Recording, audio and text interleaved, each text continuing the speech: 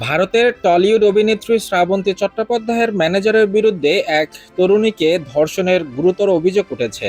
এই ঘটনায় অভিযুক্তকে গ্রেপ্তার করা হয়েছে বলে জানিয়েছে চ্যাটার্জি হাট পুলিশ এবং তাকে সোমবার আদালতে তোলা হয়েছে। নিজের সহকারীর বিরুদ্ধে এমন চাঞ্চল্যকর অভিযোগে ওঠার পর সামাজিক যোগাযোগ মাধ্যমে মুখ খুলেছেন অভিনেত্রী। পুরো বিষয়টি নিয়ে উদ্বেগ প্রকাশ করার পাশাপাশি অভিযুক্তকে তাৎক্ষণিক নিজের ম্যানেজারের দায়িত্ব থেকে সরিয়ে দিয়েছেন শ্রাবন্তী।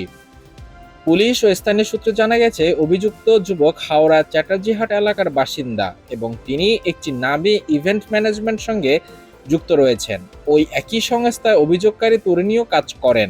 অভিযোগ, গত 12 এপ্রিল ওই তরুণী অভিযুক্তের চ্যাটার্জিহাট বাড়িতে এলে তাকে সেখানে ধর্ষণ করা হয়।